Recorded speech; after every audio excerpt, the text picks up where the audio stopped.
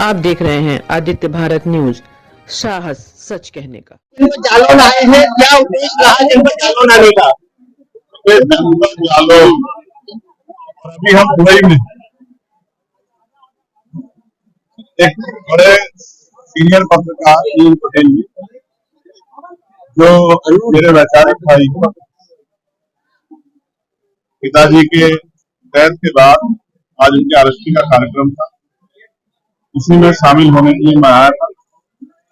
समाज की जिम्मेदारियों के साथ कुछ पारिवारिक जिम्मेदारियां उनको भी निभाना पड़ता है, उसी जिम्मेदारी को बेटा होने के नाते पूरा करने के लिए आया।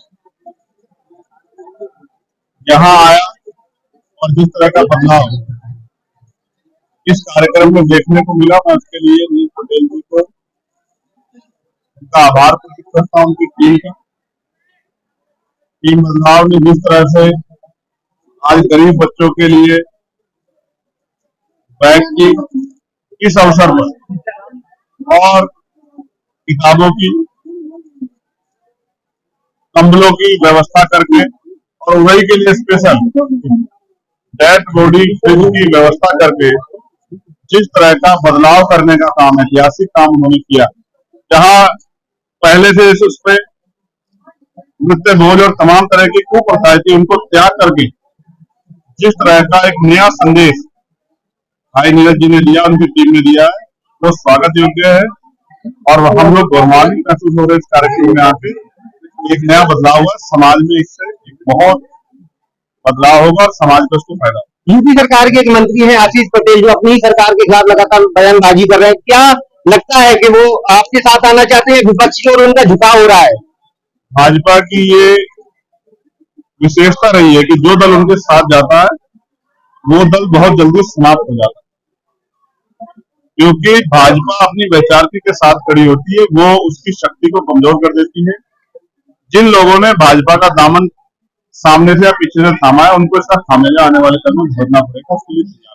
आपने एक संकल्प लिया है कि बाबा साहब के अपमान का सुसमेत बदला लिया जाएगा, तो क्या रणनीति किस तरह से रणनीति बता रही तो फिर बचेगा क्या?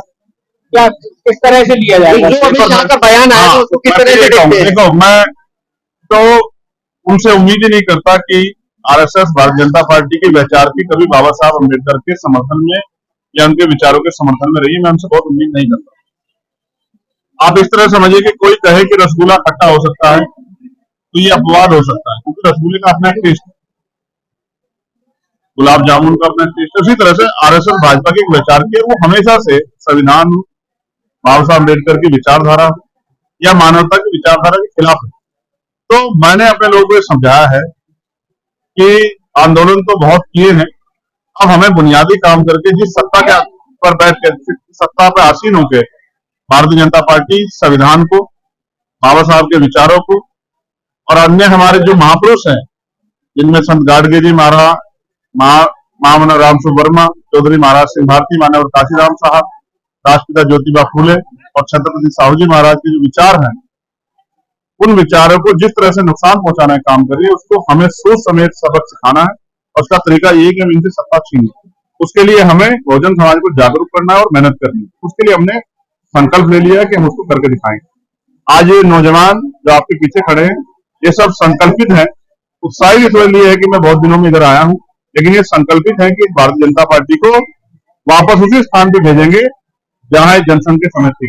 2027 में आजाद समाज पार्टी गठबंधन चुनाव लड़ेगी या खुद चुनाव लड़ेगी? मैं मीडिया के सवालों की दाद देता हूँ। 2027 बहुत दूर है, उससे पहले जिला पंचायत चुनाव है। आज के प्रोग्राम की गरिमा को समझे, चुनावी बाद में आपसे बहुत हमेशा बाद में भी कभी कर लूंगा।